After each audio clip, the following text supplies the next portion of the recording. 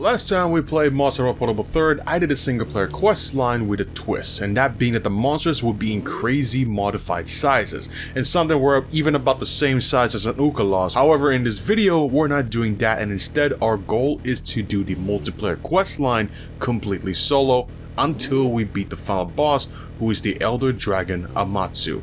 And for those new to the channel, hello y'all kids, I used to buy the tracks and I used to twitch streams and play the guitar and wait, how you spell this? Wielder. The wielder of the bone sticks with many tips. Alright, thank you, Orc Boy. Brother Dracus? Yes. Take this orc away, please. Indeed, Brother Bio. Wait, no, I thought you was gonna give me the time. Before we continue, I want to give a massive thanks to my Twitch subs and Patreon supporters, as it helps me and helps keep the content going. But more on that later, because right now is the time to focus on Monster Hunter Portable 3rd.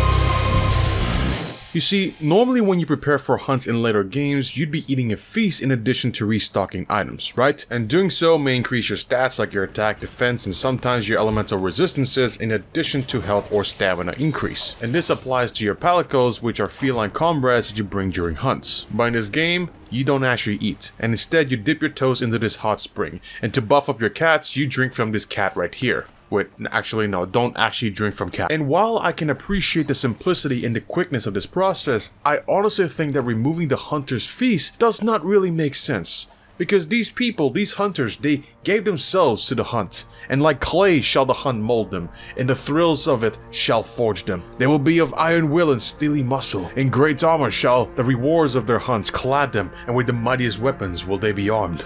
They will be unfazed by fall damage, and no sickness will blight them. They will have tactics, items, tools, so that no monster can best them in battle. They are the bulwark against the terror, they are the defenders of their villages, and they are monster hunters, and they shall know no fear.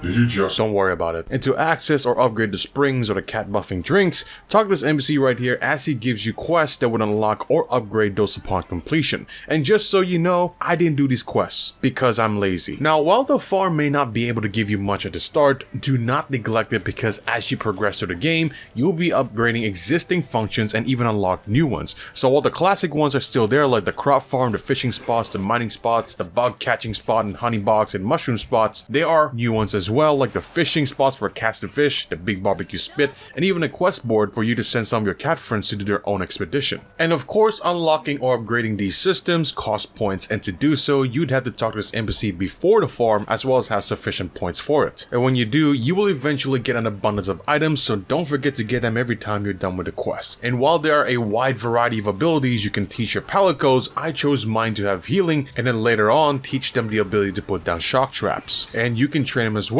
and different kinds of training give them different kinds of stats. And yes, you can have your comrades have gear as well, which is by making scraps out of monster parts to craft them. And if you find yourself in need of palicos or more of them, then make sure to talk to this NPC in front of your house in order to recruit the little meow meows. And lastly, the other NPCs, like the shop, the blacksmith, the gear shop, and even the wandering merchant that sells more kinds of items. So with that all being said, we can now talk about combat and the monsters. Now, the combat in comparison to previous games is much smoother, and it will only get smoother in later games, as it allows the combos to connect with each other with such fluidity that comparing combat from Gen 1 and Gen 2 games to Gen 3 games is like comparing yourself to typing on a modern keyboard versus a typewriter. And all of this is a massive step up from Freedom Unite, which is the previous game, which is the reason why I tend to suggest newer players to try Gen 3 games first before they even delve into Gen 1 or even Gen 2, because it still holds the groundedness and the baselines that Gen 1 and Gen 2 has, just more refined. And while there are other weapons, I will only focus on the ones I'm using, and those are the hammer and the greatsword. Now, the hammer is more or less the same with a few additions, and that is when you do an unsheathing strike or decide to end a spinning combo early, you can immediately follow up with the slam swing combo. As for the greatsword, well, now it has the timing of the charges, so if you let go of the button the moment the third charge finishes, you will do more damage than when you didn't. On top of that, if you did a charge attack, hold forward, then charge again, you will essentially do a rudimentary version of the strong charge. And for those wondering, this is the same gear set that I used last time when I played this game. And all of that will now lead us to do our first ever solo hunt in the multiplayer system, and our first target is going to be the blue bear Azuros. It can swipe, it can rush, and push its bum to your face, so unless you like it, then try to avoid it. And he can also pin you down, and if you have honey, it will steal one from you. And when it does its swipe attacks, it tends to steer quite a bit, which is why I tend to attack it from behind. Now, Kurupeko is, in my opinion, a bastard. But a cool bastard, because while it can fight on its own by pecking, tail slapping, and cracking up fire, it can also mimic the sounds of other large monsters in the same area. Why? So that it can call said monsters to fight alongside it. On top of that, it can also spit out mucus that applies a defense down debuff, making it susceptible to taking more damage, and to get rid of it, you'd have to drink armor skins or mega armor skins. However, by this time, most players don't have access to those, so mostly you'll have to wait it out. And even though it is likely a dangerous spot to attack it from, I tend to stand in the front, especially since it is one of its main weak points. Have you ever seen something that resembles a hammer that runs after you? Well, that's basically Barov. And it mostly does head slams and tail swipes, which basically makes it kind of like a light version of Diablos. In addition, it also rolls in muddy water in order to add a small layer of muddy armor onto itself. And watch out, because it can also wiggle some of it off, which would give you the Mudman debuff, which essentially makes you unable to use most of your items and limit your controls. So to get rid of it is to use a cleanser or wiggle your movement pad until it gets off. And typically, I would ignore severing or breaking parts of monsters, especially when I don't intend to make gear out of them. But honestly, breaking Barot's crown is just so tempting to break because it is just that satisfying. However, when I just want to do damage, I usually just stay under its belly simply because it pretty much makes me avoid the tail attacks as well as the mud wiggly attacks for most of the time.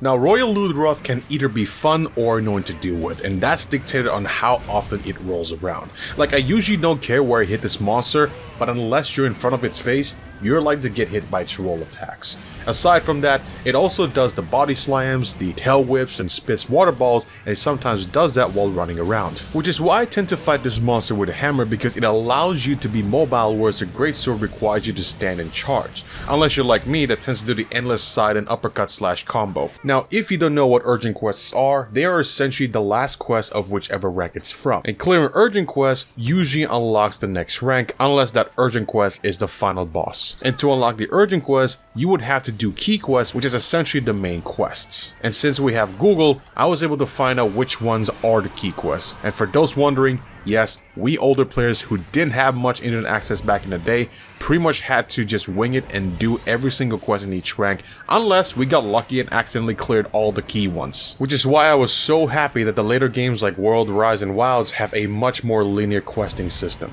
And the reason why I mentioned this is because after we hunted down the Royal Ludroth, the quest giver then informs us that we are eligible to go to the next rank, and all we gotta do is do an urgent quest that has us hunt down a Giganox. And aside from body slamming, head stretching, and ass stretching, it also spits poison and even does it from the ceiling. And speaking of poison, it also poops out these gross looking things that detonate poison. And to cure poison, you need antidotes or herbal medicine. By the way, the poopy thingy, yeah, it also has another kind that pretty much just hatches his kin, and they can latch onto you and leech some HP. And like the Royal Ludroth, there isn't really a safe spot to stand and attack, as his movements and attacks are quite dynamic and is likely to hit you from any direction anyway, so your best bet is to just keep hitting the monster until it stops moving. And the first rank 2 quest we'll do is to hunt down a Nagakuga, the Cougar Wyvern. Arguably one of the fastest monsters in mainline games, and while it doesn't have any elemental attacks, does not make it a good kitty, but rather a bad meow. And it pounces, slashes, slams, and lastly shoots spikes out of its tail. And just when you think it's hard because it moves so damn much, well, it gets even faster when it's angry. So since it moves a lot, I can't really say that there's a safe spot to attack. So all I can say is, well, hit thing and don't die. Nibblesnarf, the sand shark. And all it really does is bite, and sometimes reminds us that it doesn't brush his teeth, and sneezes from behind. And while there are ways to get this monster out of the sand, I'm stubborn, like stubborn in a patient way. And even though there isn't really a safe spot to attack this monster from, I tend to like to hit its uvula until it bursts. Youch! So even though it is close to death, I chose to capture it instead. Rathian, the mascot queen of the series. And aside from the usual tail swipes, rushes, and the side headbutts, she can also poison you if you get hit by her backflips. And let me tell you, she's hot. And I mean literally, because she spits fireballs after 3 times, not that way. Did you say you like cucking Rathian? We don't talk about that. So my safe spot for melee attacks is pretty much between her legs. Grow up. Barioth, the saber-toothed wyvern. And while it does have moves similar to Narkuga, like the pounces and the tail swipes, it also has its own, like the side tackles and making ice tornadoes that can give the snowman effect, which is basically an ice version of the mud effect. So either you use thawing agent or wiggle the movement stick to get rid of it. And while I'm okay with this monster, I can understand why some people don't like it, because it can abuse those side tackles, almost to the point where Plesiot starts blushing. Uragan, the Chincharon monster. And while it has similar moves to Barioth, it can also poop out rocks that detonate, farts fire gas or sleepy gas, and rolls around while looking like a chicharron. And while most people prefer getting hit to stop the sleep effect, you can also take an energy drink before it takes full effect. And like Barioth, I don't have a reason to do it, but somehow breaking its chin is really satisfying. And while it does move quite a bit, I tend to stay around its leg area when I just want to do damage. And our rank 2 urgent quest is going to have us hunt down a Zinogre. Question: does this dog need a shock collar? Now this dog slams, shoots, and does cool backflips, and even slams his whole body down, which causes a lot of damage. And really, I like this fight a lot. Probably one of my favorites because it really shows how dynamic it is with its movements. And sometimes I find myself fighting this monster back in my PSP days just because I felt like it. Now our first rank 3 key quest is featuring a Diablos. Oh, by the way, I found Rathian and Nargacuga for its armor and weapons. And this demonic looking sumbitch does tail swipes, bull rushes, uppercuts, and digs you from underneath. However, if you happen to hold sonic bombs and throw it after it digs down, it will get stuck for a few seconds, allowing you to do even more damage. And while its moves may have been revamped for this game, my experience of fighting this monster since Generation 1 still supersedes. And while Barioth's head resembles a hammer, Duramboros here is actually a hammer, as it utilizes its tail to slam and even spins around like how you do when playing hammer. And what's cool is that you can intercept and topple it by hitting its legs when it spins like a ballerina.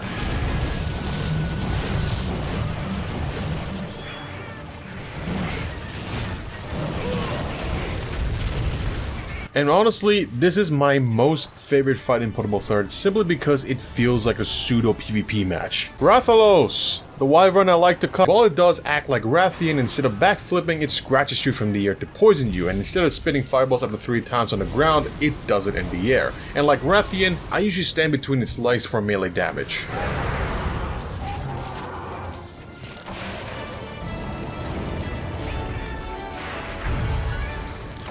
Tigrex.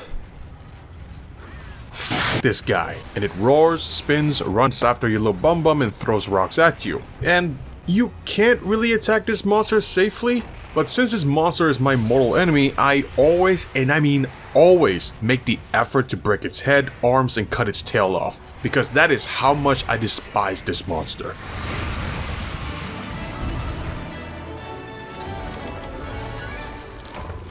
Agnactor, the giant fire lizard that stabs the floor with its face and shoots laser. And what's cool is that this lava gel exterior is basically extra armor that you can break off, and it can regain it back by swimming in the ground. And my preferred spot is pretty much around its front arms and sometimes its neck.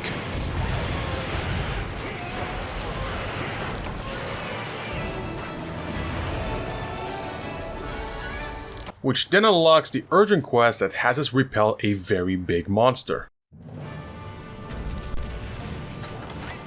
Gen Moran, the Sand Whale Elder Dragon. And this is in my opinion the best kind of siege fights to exist till this day. And while it tries to destroy our sand ship by shooting out rocks and slamming into it, we can prevent those by hitting this gong or using the Colossus slaying spear known as the Dragonator.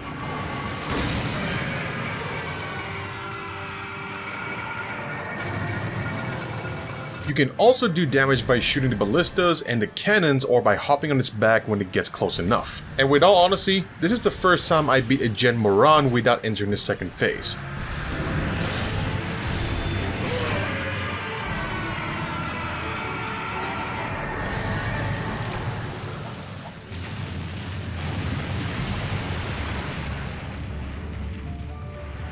And while rank 4 is considered high rank, most of its quests feature monsters we already fought in low rank, and while it does try to challenge us by having 2 monsters at the same time, it's really nothing, except for one. You see, sometimes we have to do non-key quests to unlock more key quests, and the one we must unlock requires us to clear a high rank Royal Ludroth. And after doing so, it unlocks our next key quest, which has us hunt down a purple Royal Ludroth. And while it basically has the same moves as its unpurple counterpart, it instead spits out poison and even does body slams that splashes poison.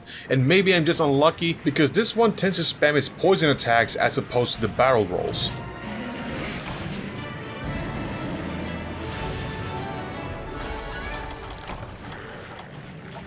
Which then unlocks this rank's urgent quest, which is a Nagakuga, which I quickly cleared and farmed for its armor set. And the reason why I farmed for this armor set is, outside from needing more defense points, this armor set gives you more iframes when dodging and more distance when dodging as well. And rank 5 pretty much has us clear God damn, I can't say that word.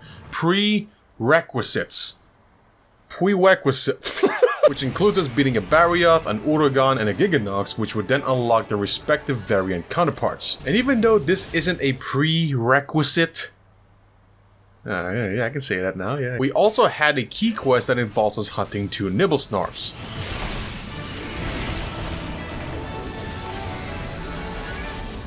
Green Nagakuga. It acts like Nagakuga. Same speed, same mobility, but instead does tail slam twice in a row. And if you get hit by it, you will definitely get stunned.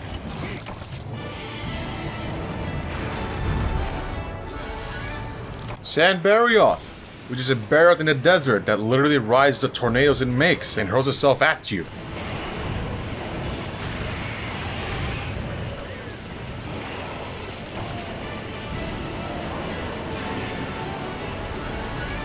Baleful Giganox, which is a Giganox that shocks you, and instead of spitting and spreading poison, it does those with electricity, which has a chance of paralyzing you, and somehow it turns red when it's angry, which makes its hide tougher to penetrate.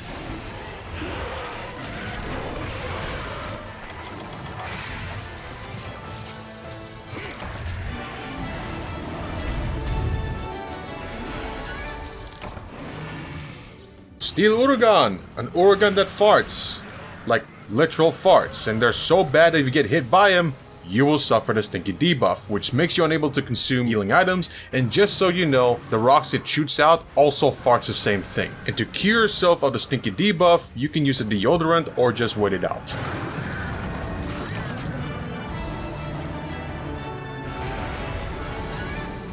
And after beating all of those variants, it was a breeze, because our last key quest is just a Rathalos. And even though the urgent quest has us fight 2 Xenogres at the same time, Dong Bombs, which is used to throw at monsters, makes them run away and go to another zone.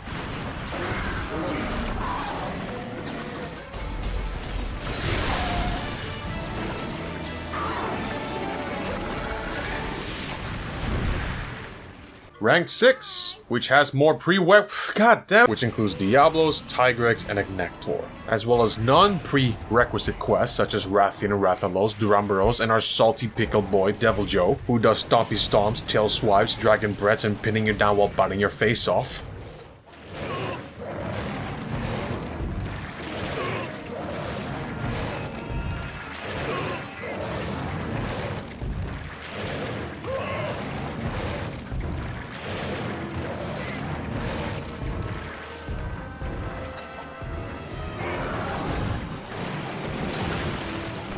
But despite that, Devil Joe is definitely my favorite monster. Like, there's just something so good about giving a T-Rex a breath attack. And getting hit by said breath attack gives you the defense down, which is again cured by consuming an armor skin or mega armor skin. And the reason why I like this monster so much is because when it's angry, it's hungry. And when it's hungry, it's angry. So it's hangy and you food.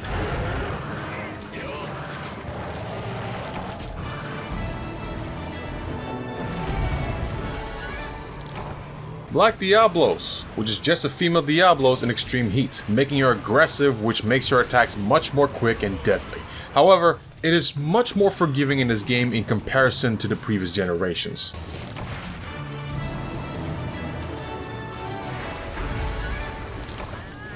Glacial Nector, which is just an Ice Nector, and while its attacks are just Ice Blight inducing, its hide is noticeably tougher than its volcanic counterpart, so by this time you must have weapons that have white sharpness unless you're a pleb that plays ranged weapons.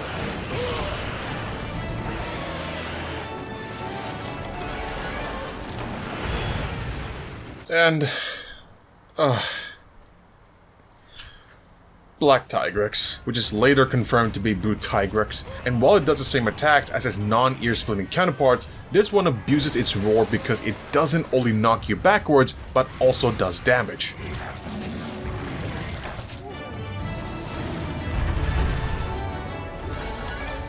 And clearing all of these monsters then unlocks the urgent quest that has us fight Gen Moran once again. And while this one is no different than its low rank version, it still took me a while since it now has more HP. And the process is more or less the same, and after stabbing it with a dragon slaying spear known as a Dragonator, leads us to fight it on its second and final phase. And while it slowly approaches a ship, you can travel to it to do damage by literally being the dragon's personal portable nail salon. And when the dragon gets close to the ship, use the gong and the Dragonator again to intercept and damage it.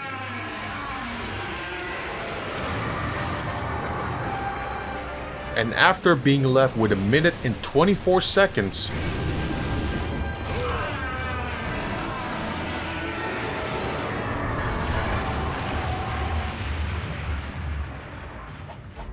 and I almost forgot to mention that I farmed for Deviljho and Tigrex's armor piece to get speed eating, which allows me to consume healing items faster, and high grade earplugs, which makes me immune to monster roars. As for the weapons, I've been using the same ones while slowly upgrading them. And if you're curious as to why I chose the Nargacuga's weapons, it's because they have decent damage and more importantly, affinity, which is Monster Hunter's equivalent to critical strike rates. And after all that, we then unlock the final boss, the Wind Serpent Amatsu.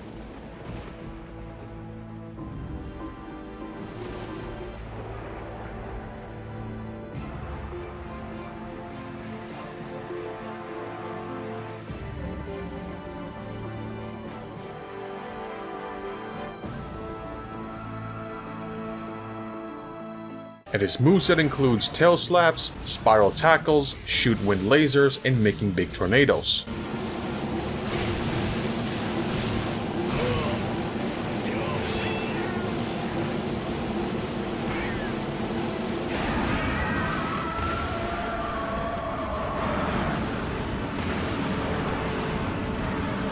And when it's mad or you did enough damage that it enters the second phase, it will summon more tornadoes and fly high in the sky to shoot ground slicing laser beams.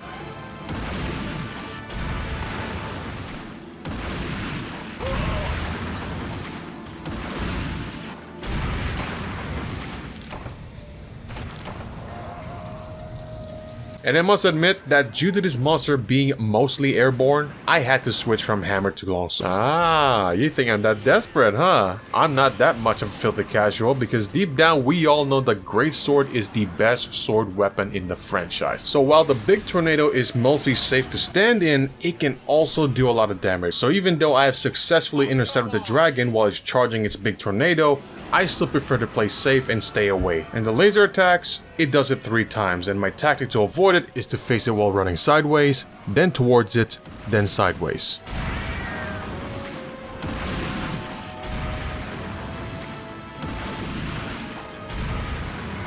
And while I will showcase this fight from my live stream, I must apologize because apparently I had 2 audio sources from this game which could make the game sound like it has a double sound effect. Why? Because I'm a professional streamer. Beat this boss, I'm done with the game. We also broke the pace. Nice. We break the pace!